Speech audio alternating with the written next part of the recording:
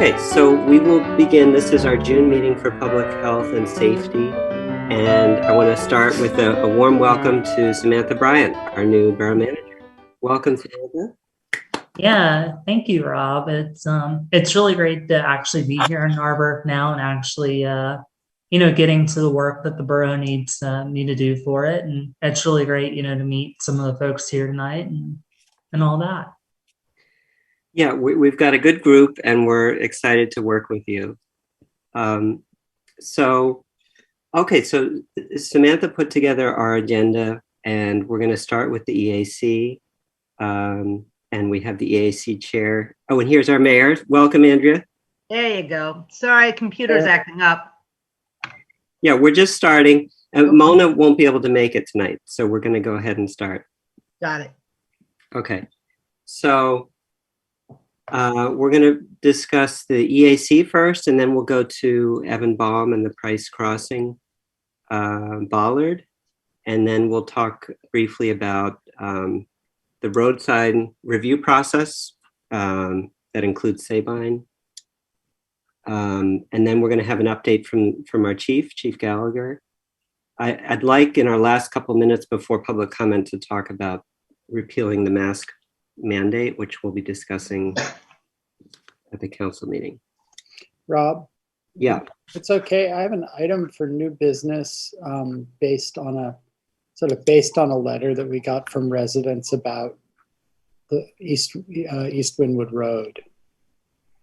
About safety concerns? Mm-hmm. Okay. Is there a better time that you'd prefer to do that? Well, let's do that when we get to the Sabine road review, road sign review. Okay.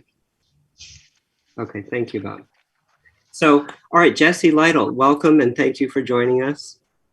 We wanted to invite you tonight to have the opportunity for you and Samantha to meet, as you'll be partners. And we also wanted to just do some of the work of coordinating between the AC and our committee. We're at about the halfway mark, through the calendar year. And so we're looking at our budget line, and we want to be sure that we are in a position to fund, whatever recommendations come to us and are approved by the council. So, yeah, I think the first item here is just to kind of catch up a little bit, because we've had a bit of a break, because of the transition in the office. Yep. So, Jesse, if you want to, just kind of bring us up to speed, if there's anything that you think the committee really should be aware of at this moment.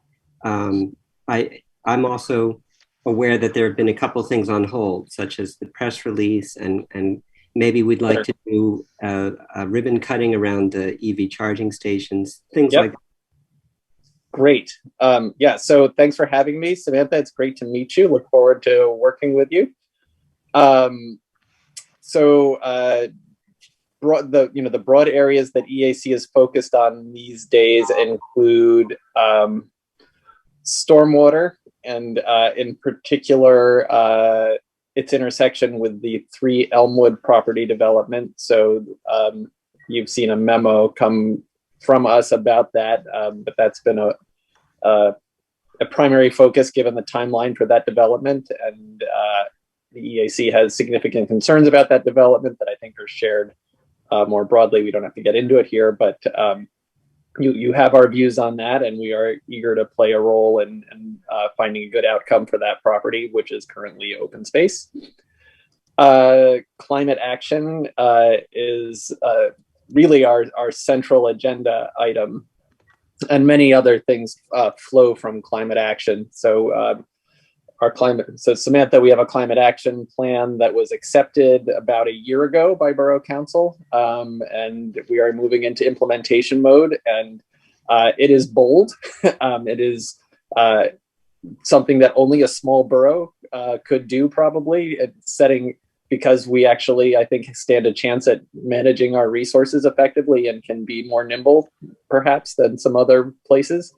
We've got aggressive targets for greenhouse gas mitigation, both from the borough's operations directly, as modest as they might be, but still symbolically very important and something we have direct control over.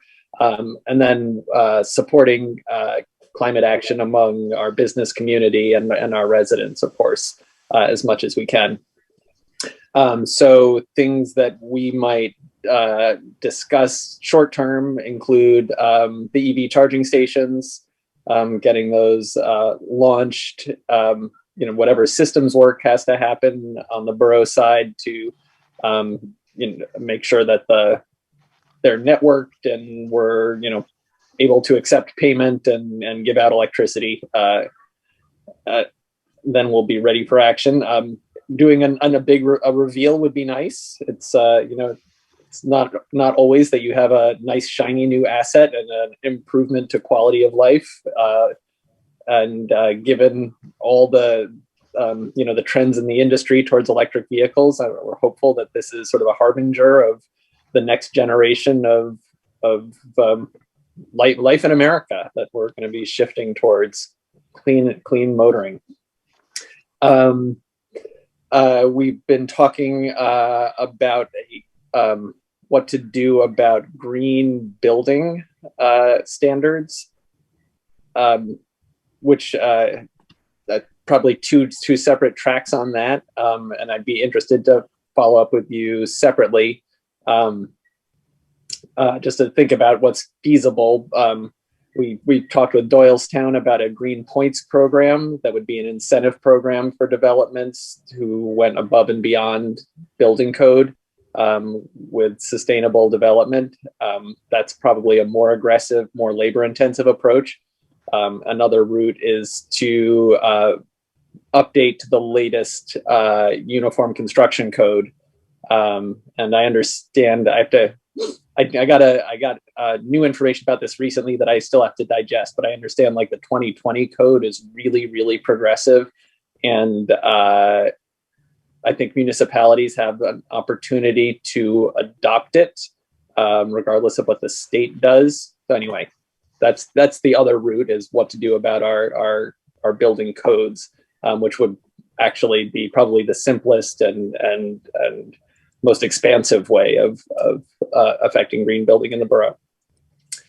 A project that I think sort of stalled with management turnover in the borough office was consideration of borough landscaping equipment, shifting from gas blowers and mowers to electric. We've been hearing a lot from residents, particularly around the park, about noise, about exhaust, and can we so setting aside the climate change aspects, just the quality of life aspects, because everybody, as you know, was working from home and was listening to the blowers much more than they might have in a normal year, and so I think the magnitude of the noise pollution really sank in, so changing our equipment would be a small first step for the borough, but I think there's also interest in thinking about possible public policy that you probably know. There are examples, including Washington, D.C., of municipalities that have actually gone so far as to ban combustion leaf blowers. I don't know how popular that would be or not, but that could be a path we go down. We've also been collaborating more with Lower Merion EAC, which has been good. As you know, there are a larger and more well-resourced operation, and we're really, I think we're largely aligned in terms of values. Narberth's a little bit more progressive. We're moving faster than Lower Merion does, but when Lower Merion does something, it does it big. So they are looking at, I think they're in the process of actually hiring a sustainability coordinator there, which would, I think, probably have trickle-down benefits to Narberth, because a lot of our systems are intertwined. Sewers and our residents don't really pay attention to the municipal boundaries, so things that we do around communications and culture change bleed back and forth in significant ways. So that's a positive step. I think I'll stop there. Those are the major items we've been thinking about. there are many other smaller ones, and we can talk turkey later, but that's sort of an overview. Great, thank you, Jesse. There's a lot on your plate. It's clear to see, and I'm sure at some point you and Samantha can talk more. Yeah, I'd love to do that sometime, Jesse. Great.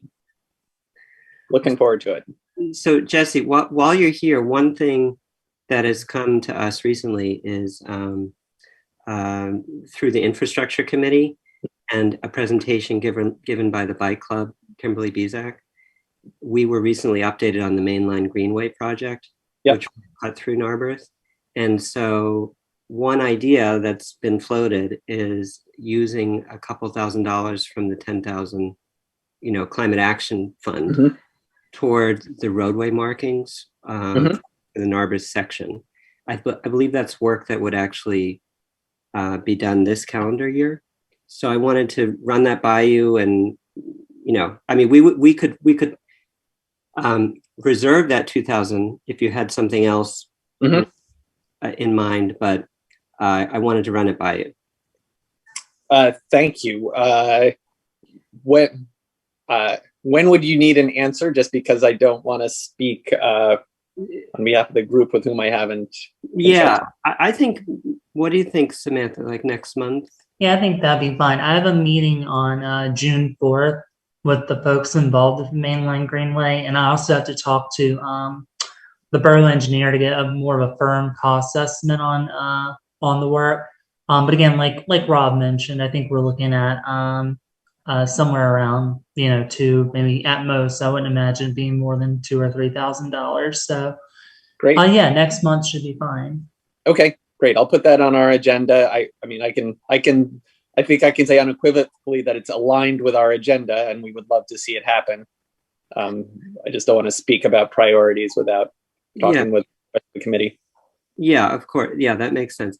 And just in terms of what we've spent so far from that $10,000 fund, we've talked about the flyers, that were printed for encouraging residents to make the switch to renewable electric. And so there's a cost there. And then there's the ICLEI membership, which I think Joe is going to connect with Samantha and make sure that we have that up and running. Great. And then maybe there is some cost associated with the EV stations. So my guess is that maybe we've spent $3,000 or $4,000 at the most so far. Yep, that seems about right. We certainly, I think we want to see the bike infrastructure happen. So when push comes to shove, I think we're gonna play ball. Yeah, no, I mean, we're really open to the EAC's recommendation. So if you have another use for the money, by all means, but we just want to see. Great. I think council's looking for how best to support these various projects. So, which line items. So sure. Yeah. Makes perfect sense. Great. Thank you. Okay. Well, Jesse, maybe you and I and Samantha could just connect over the next few weeks about maybe a press release related to the EV stations. Yes. Maybe even a ribbon cutting. I don't know, Bob, do you think? That would be great. Yeah. We've got a lot of good stories to tell if we can wrap them up, right? So for example, I'm not sure if we've already contracted for renewable gas and electricity for our borough utilities. I know that was an intent, but that would be another great thread to be able to announce if we've done it. Rob, I just have a comment before Jesse gets off. It's a good moment to do that. Yeah, go ahead, Bob. Jesse, just now, I was just really appreciating that you use the words quality of life, and you may do that frequently when talking about the work of the Environmental Advisory Committee. And I think that the livability standards that the AARP public policy organization uses to measure livability of different localities is really, seems to me that it's really fits within really nicely within the umbrella of the Environmental Advisory Commission. And I just wondered what you thought of that, and if you think of it in that way. About quality of life. Yeah, the quality of the livability standards really are in some ways more related to the Environmental Advisory Commission than almost any other, even more so than, say, infrastructure, or because of all the things you touched on. But I'm just thinking, as we kind of move forward, that it's sort of a bigger, that the work that you're doing is kind of a bigger story than just environmentalism. It's really about all physical characteristics of and livability of our place. So it includes I completely agree, Bob. Space, education, all the community service, social recreational opportunities, everything we do. Yeah. Right. And I heard you, and I just heard you sort of speaking towards it, and I just want to say, yes, keep going. That sounds really good. Keep expanding that mission. Good. Well, that's where that is our philosophical view, that, it's sort of the three legs of the sustainability stool. A vibrant economy, healthy people, and healthy environment all go together. And, there was a time in our world where environmental resources were basically unlimited relative to the population, so you could spend them without caring. And I think we've recognized that we are not at that place anymore. And so our health, happiness, and well-being is actually directly affected by things like stormwater and the air we breathe and all those things. So it's not about protecting the environment because we love plants and animals more than people. It's about finding the right balance so that people can thrive in Narberth for generations. I'm so grateful for the work you're doing, and it's just an intersection there with parking, as you were pointing towards noise as an issue, but it's like where people store their automobiles is an issue in terms of the environment and livability of the place. Just the bike, as Rob was pointing to the greenway and development of the greenway, it's really, it's so integral. So anyway, just appreciating all you're doing. Well, back at you. Council has been a terrific partner and leader in all of these things. So it's great working with you. Thank you, Jesse. I promise not to keep you too long, but know that, like Bob's saying, your work is a priority of the committee and the council. So let's do whatever we can to support you. So just be in touch. We'll be in touch the next few weeks. Terrific. Great. Thanks for having me. And Samantha, I look forward to meeting in person. Yeah, same here. Thank you, Jesse. Okay, good night. Okay, so next we have the Price Crossing bollard question. And I think Evan Baum is here with us. And Evan, we appreciate the work you've done to meet with the other homeowners and brainstorm solutions. So we just want to have a conversation on, now with our new manager. I don't know if you probably haven't met Samantha yet. So Samantha, Evan, please meet each other. And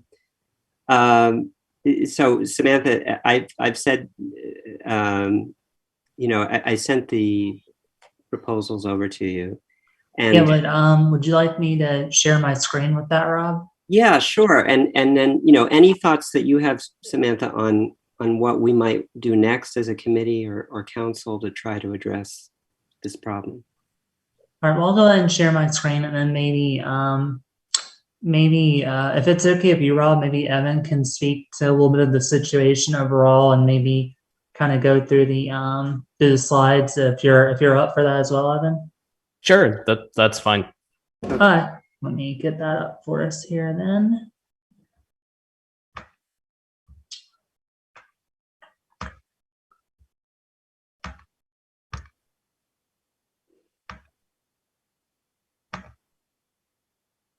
All right, I think we are sharing now. So I guess the committee knows, and maybe those listening on YouTube, the agreement that I believe the borough reached with the builder for Price Crossing was to require a collapsible bollard. And I've been living here for 2 years. It's been functioning and installed for maybe 10 days of that time. Why the borough chose to not hold the builder to this until he was wrapping up the project when all of us were already living here is perhaps a matter for another time. But seeing as how the part of the project that was originally proposed hasn't really functioned as intended, our community association of 9 townhouses and residents put together some alternatives that Rob had let me know from prior conversations I could just send along to him, which we did. The collapsible bollard, which was installed, was destroyed by a FedEx driver at the end of March who tried to forcibly rip it out of the ground to get through the access road from Price Crossing out onto Conway Avenue. We filed a police report, which Chief Gallagher let us know was not a criminal matter. Upon obtaining a copy of the police report, we filed a request with FedEx for damages, which surprisingly they did not consider this a security matter when their drivers damage private property, but we're still seeking restitution from them to pay for the damages to the property. So that's sort of, I guess, a quick summary of what brings us to where we are, asking the borough to really give us some advice on how to best consider what needs to happen in these circumstances. So we presented a couple of options here. I guess if you want to just scroll to maybe the next set of options, really 4, and the ones with the pictures are probably the most helpful. So I took pictures of Price Crossing looking out. Okay, am I good to go on down? Yeah, I think you can go to the one with the first image. Sure. So these are pictures looking from Price Crossing out the access road onto Conway Avenue with my meager graphic design abilities. The first thing we thought might be applicable and as a potential option would be to take something similar to the mask ordinance signs that we see throughout the borough and just put that at this entrance point. They're heavy enough so that obviously they couldn't be driven over unless a really aggressive driver wanted to just run them over. They could still be moved out of the way if Republic Trash and Recycling still needed to access the property twice a week for that purpose. And moreover, this solution actually would tell you why the access road to Conway and Price Crossing needs to be blocked off, where the bollard that's there by itself doesn't really tell you much of anything. In this solution, we'd of course work with the borough to figure out what the right language would be for a sign like that. So that's sort of option 1 we're thinking might be the most straightforward. And more details there, but option 2 might be something similar to what you see at the rear entrance of Narbrook Park. I don't know that we'd pursue something as ornate as the 2 posts that they have there blocking off the rear entrance between Price Avenue and Narbrook Park, but thought that could be another alternative. Just a simple set of posts with a chain could easily be unlatched as needed for either Republic or security emergency services personnel as needed. The third option is really 1 and 2 together. Something like a set of posts with a chain as well as a sign to serve both functions. And then the last option that we came up with would be something that wouldn't allow for pedestrian access without opening or closing, something like a gate that would be much larger in terms of a physical impediment there within the roadway compared to the bollard as well as those other options. So the last image, which we're hoping the borough can help us with in addition to reviewing those options, is it's not evident to drivers. Samantha, if you just advance sorry, one or yeah. two more slides, no problem. The no outlet sign, yeah. Yeah, if you're, this is heading, and this was from the winter, obviously, with the snow on the ground, but if you're heading up Price Avenue towards Price Crossing, where the driveway starts there at the end, and you're turning on to the road from Conway, you can't actually see the no outlet sign. So we're asking the borough to help us out by either relocating or adding an additional no outlet sign closer towards the entrance to the property so that it's much more visible to drivers. That the intention is that there really should be no outlet from Price Crossing, in addition to whatever solution is at the other end of the driveway on Conway. So that's what I have to share. I appreciate everyone's time this evening and anybody's thoughts that you might have on these alternatives. Thank you, Evan. I appreciate all the work you've done. So, Samantha, I don't know if you want to stop the share. Sure. We can see, so yeah, as a committee, this has been before us for several months. And yes, I have a. So we're at a point where we want to, figure out what is the next step. So Samantha, do you have any ideas on what we might want to do next in terms of process? Sure. So I guess there are a couple things to think about here. One is that when Borough Council, approved the land development plan, the land development plans do show the, the bollard there. That's not insurmountable, but that's something, one of the things that we would have to deal with if we make any changes to what's going on over there. I guess the thing I want to make sure I'm clear on is, Evan, are the proposed solutions you're talking about, would you be asking the borough to actually install them, or are you asking for the borough's permission to do them? More the latter, with the exception of moving the no outlet sign, which was obviously currently on borough property. But yeah, we would take responsibility for, as an association, for paying for and installing whatever alternatives, if any, would be approved. Well, that does remove a hurdle to the process then, if the borough doesn't have to, figure out who's paying for it. So that's good. With the no outlet sign, and I think we're going to talk a little bit about this with 32 Sabine, is just overall, I'm going to be working with the borough engineer, and we'll talk a little about it later tonight, but just developing a process for evaluating signage in the borough, because there are lots of properties and lots of places I've already heard that have requests for either signage addition, removal, or relocation. And I just want to make sure we're not doing that on an ad hoc basis, that there's a process that leads to consistent and clear responses on those matters. So it's something we can definitely look into. We'll talk, maybe a little bit more tonight about what that process might look like. I guess I would say, I don't necessarily want to speak completely out of turn here, but I think it's something where, as long as something doesn't, because where you live is a private road, correct? So the borough doesn't, maintain the roadway or have to worry about snow plowing or anything like that. So I think my take would be, and again, I'm the new person here. I've been here, I'm on day 8 now, is, whatever solution you come up with, as long as it doesn't impede the borough's first responders, and as long as it doesn't overly impede, the borough's contracted trash hauler, I think that's something we can talk about, and this committee, could seriously consider.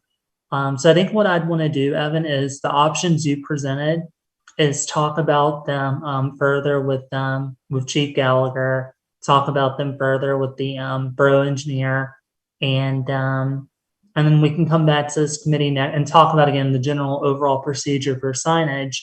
And I think we can come back next month, and start to narrow down what the options are and how we would actually make it happen. Okay, thank you, Samantha. That sounds like a reasonable time frame. I think now that Samantha's with us, we can really address this. So I think at this point, Evan, we have what we need from you and the association, and so the ball is kind of in the borough's court at this point to see what the borough would be comfortable with, given that it's an alteration from the original agreement. But I think that's reasonable, Bob. Don't you think that in next month's meeting we could come back? Sounds like a terrific process. I just have one question, whether or not your association, Evan, by the way, it was a great job putting together the options, and the graphics are totally legible and excellent. And it frames the question perfectly. But my question is whether or not you'd consider a fourth option, which would be basically very similar to your third option, but would also allow pedestrian, throughway, so that, and sometimes that's just in the form of, offset gates, or that allow a human to pass through. Sometimes it's just, there are other ways to do it, but would that be acceptable as a fourth option?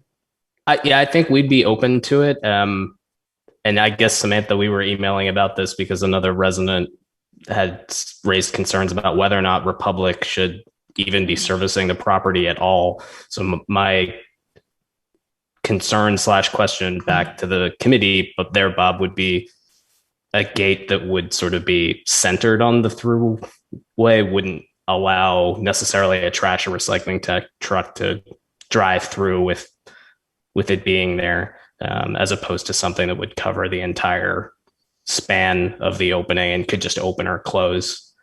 So I guess that option would more so be contingent upon should Republic need to come up the property as a private driveway to collect our trash and recycling at all.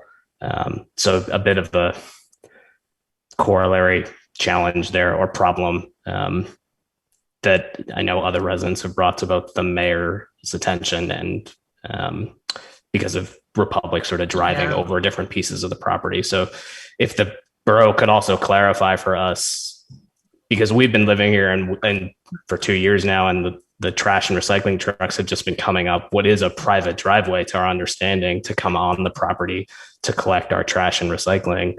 So if the expectation is for us to actually bring our trash and recycling down to either Price Avenue or Conway Avenue, and Republic would no longer need to come on the property, that might narrow down or expand what options could be available in these circumstances.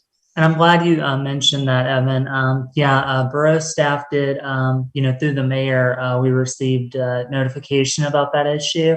And I do know that borough staff have been trying to make contact with Republic and get a sense of, what's going on with that. And I appreciate you offering that option as a possible solution. And, that'll be another thing we take a look at. The other thing I wanted to throw out there, and again, maybe, Evan, it's something that outside of this meeting, maybe you and I could look at together, is in my prior employment, a similar situation, maybe not quite similar, but a situation came up where a road had to be blocked off to only emergency vehicle access. And what ended up happening was not one post got put in, but a line of 7 or 8 posts got put in. And to Bob's kind of point earlier, the good thing about doing it that way was pedestrians and bikes could still get through it. However, the combination of multiple posts, as well as, and there was signage there as well, off to like the sides, not in the middle of the road, but off to the side. People tested it at first. I'm not going to lie. I'm not going to say everyone just obeyed it and that was that. People did test it, and they found out that there would be some enforcement, and they found out that trying to drive over a number of posts or remove a number of posts was not worth the hassle versus removing one post. So that might be something else for you to think about. And if you want, I can actually show you sometime what that looked like, and we can talk more about it. Sure. And actually, that does raise for me, and this will be the last comment unless you'll have more questions for me. I guess just a question about general enforcement, right? So would a driver who drives through this be subject to a moving violation? Right? We're not going to pay a security guard to stand there and monitor traffic full time, but are there any expectations of drivers who would choose to break essentially what seems to be borough regulations for non-emergency purposes or non-approved purposes accessing the road in either direction? Because to this point, it hasn't, even when it was installed, right, it hasn't prevented it, delivery drivers from trying to get past it. And in the case of why it's broken now, FedEx driver just destroying it entirely. So we'd love to know from the borough whether there are obligations for us or obligations from the borough in terms of what kinds of consequences there would be for those who would choose to violate what is there, or whatever ends up being there, I should say. If I may, I've been sitting here listening. Could Chief Gallagher, could you chime in on what kind of violations that might raise?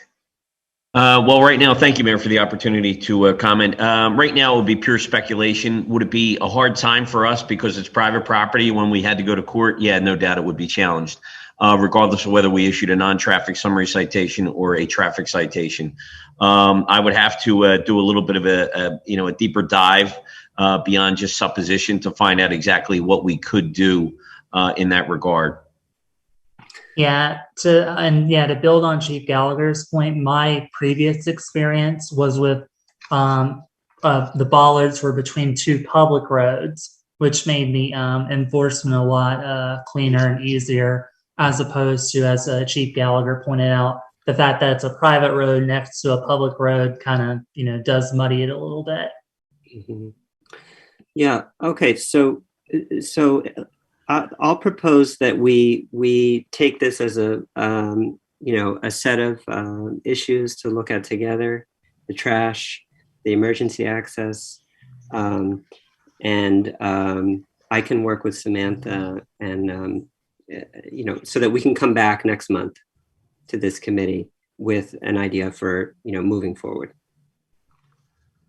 Okay. I appreciate it and your help. And if any of that in between now and the next meeting necessitates sort of visiting the property to look at things in person, feel free to, you all have my contact information. We'd be happy to do that. Okay. Thank you, Evan. We really appreciate what you're doing. Yeah. Thank you. Okay. So we want to move to the next item, which is listed on the agenda as Sabine, but it's this broader question of the road sign review process that we've been talking about developing for the last few months. And now with our new manager here, we can begin that process. Bob, I had a conversation with Fred, Chair of Infrastructure. Should this be in his committee or in our committee? And he was open to us doing it. So is that something you would be comfortable with, Bob? I think it points to what Jesse was talking about earlier with the Environmental Advisory Commission, is that I think we're talking about quality of life issue. And, and I would say that it's beyond just signage. It's also about road striping. It's about where we allow cars to park and not to park, because often the presence of cars on the street create better traffic calming. Just like lines on streets often create better traffic calming.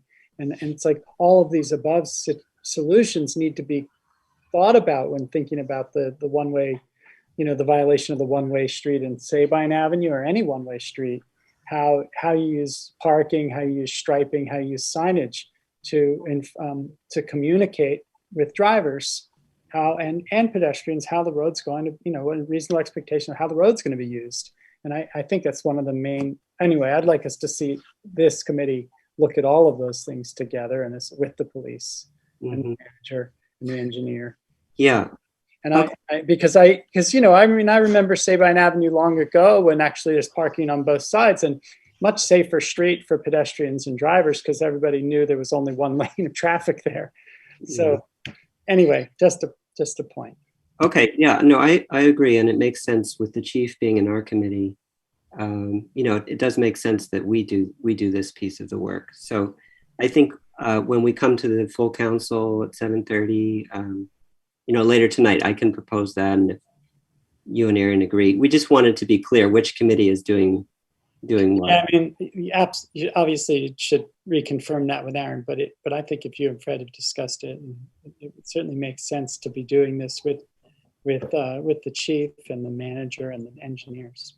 Okay. All right. Good. So I'll we'll confirm that later in the council meeting, and then Samantha, I could meet with you to start developing this process. We could talk more about it next month.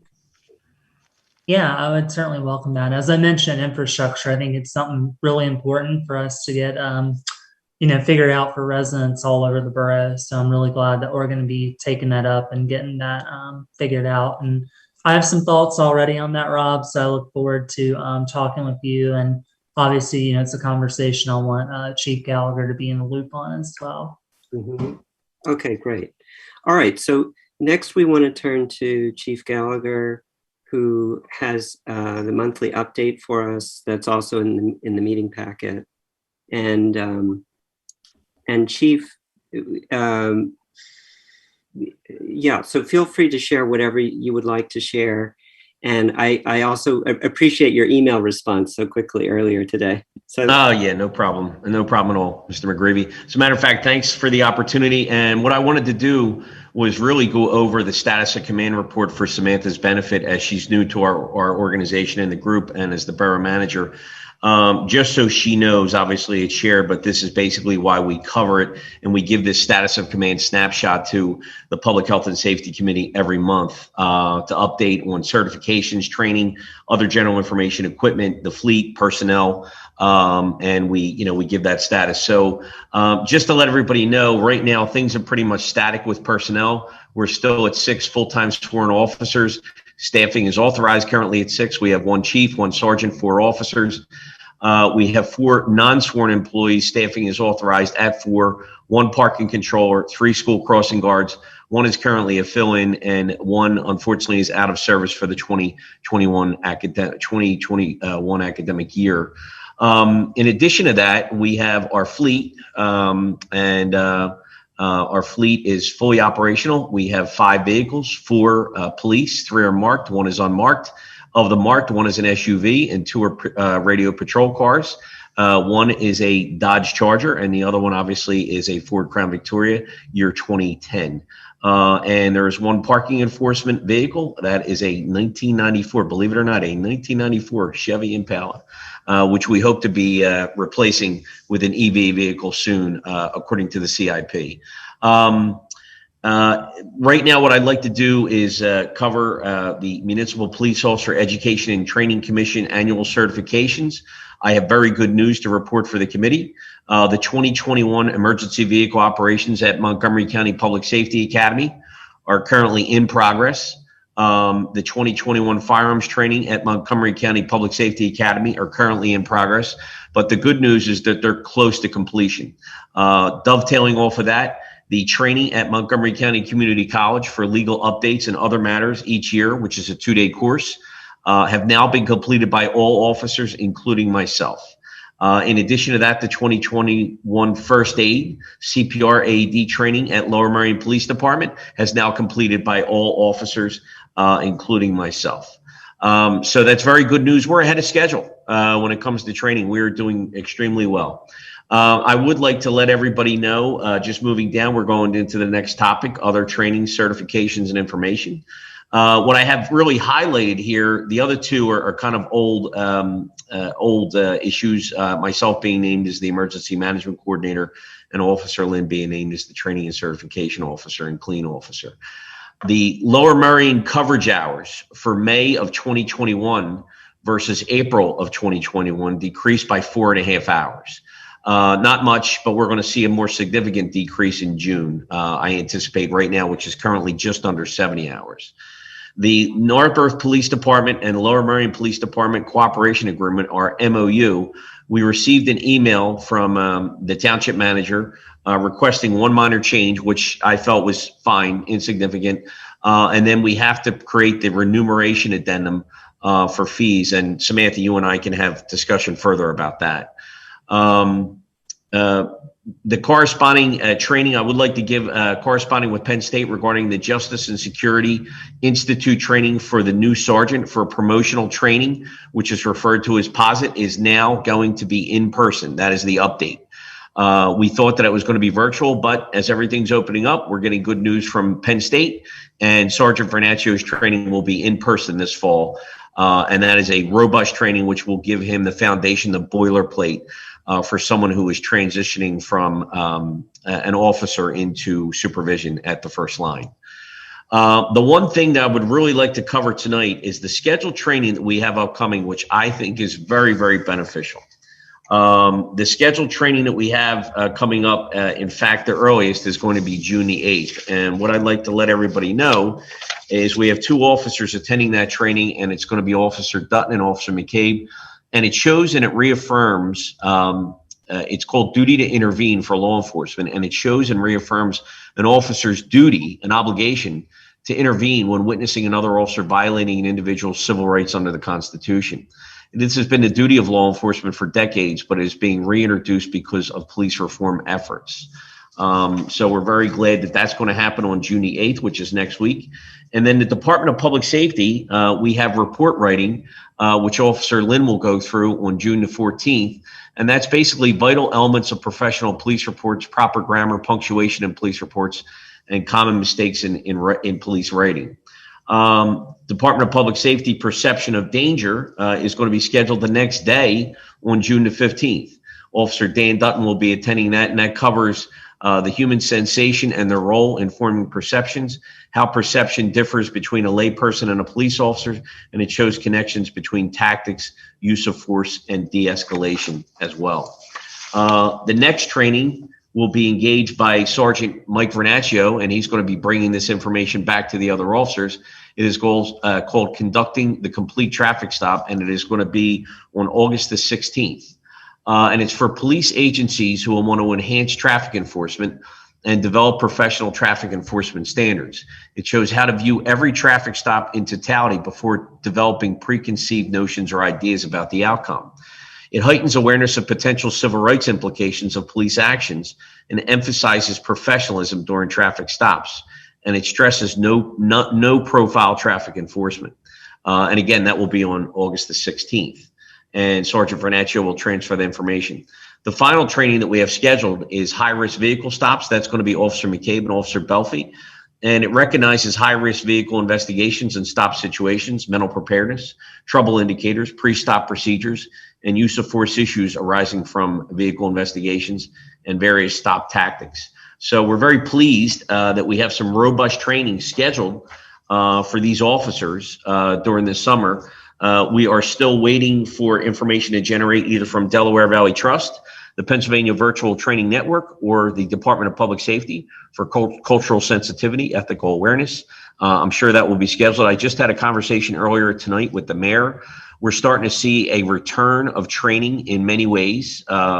Now that the things are being lifted and things are opening back up and in-person classes are being held once again. So we're pretty confident that those things will be scheduled very soon, and we'll be able to schedule the officers up for that. The one thing I would like to mention to the committee and to Samantha in particular in control of the budget, that every time we send an officer to training, we always have core requirements that we have to make for the state standards. And that's, the firearms training, rifle certification, rapid deployment, emergency vehicle operations, first aid and CPR, taser, as well as MPO firearms. So there are certain things that have to be met for the state standard each year for the officers to maintain certification on their training and certification database that I maintain. And with that in mind, every time we do that, we have to either invoke our coverage, our cooperation agreement from Lower Merion to cover for an officer who's not here. And we also have to pay a Narberth officer overtime to cover for absences. So those trainings are very much of a challenge, especially the additional trainings, because we always have the vacancies that we have to cover in small departments. And everybody on this committee knows, we do receive pushback from Lower Merion when they have to cover excessive hours, which is one of the reasons we snapshot those totals for at Mr. McGreevy's request each month. On how many hours Lower Merion is covering. So Samantha, that was basically for your benefit, how we cover this every month for the snapshot for the status of command. And the monthly police report is generated for the business meeting on the third Wednesday of each month. And if anybody has any questions or any concerns, feel free to ask and I'll be glad to answer. Yeah, thank you for that, Chief. Thank you, Chief. I appreciate all the trainings that you have scheduled for the officers. It's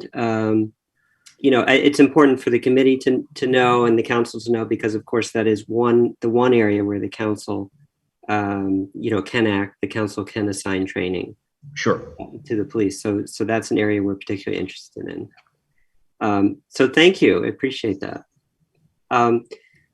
So we just have a couple minutes, I think, before the public comment. But Bob, I don't know if we want to, if there's anything that you want to say about repealing the mask mandate, or should we just wait for that discussion in the full council? I know that that's part of the agenda coming up at 7:30. Wait, why don't we wait, Rob, if that's all right? Yeah.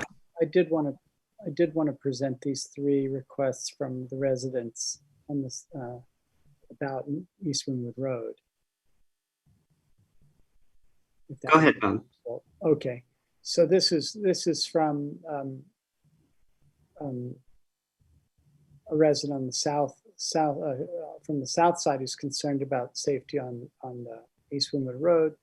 They're requesting a dedicated crossing walk with flashing lights at Woodbine and Wynwood, which is the way people from the south side of Narberth and residents cross East Wynwood Road to get to the Shortridge Park. They feel that the flashing light would slow traffic down and allow for safe crossing between Narberth and Shortridge Park. So I just request that this crossing idea be made a priority. However, as we're looking at other safety priorities in the borough.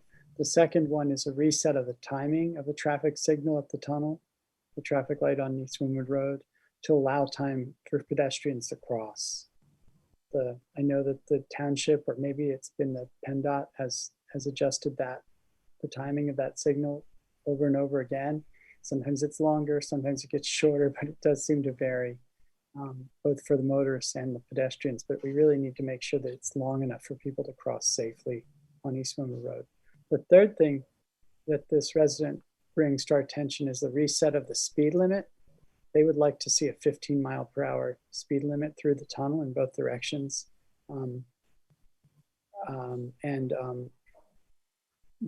I think long-term, we need to figure out a solution for the very narrow sidewalk that goes through the tunnel, and how to make that safer.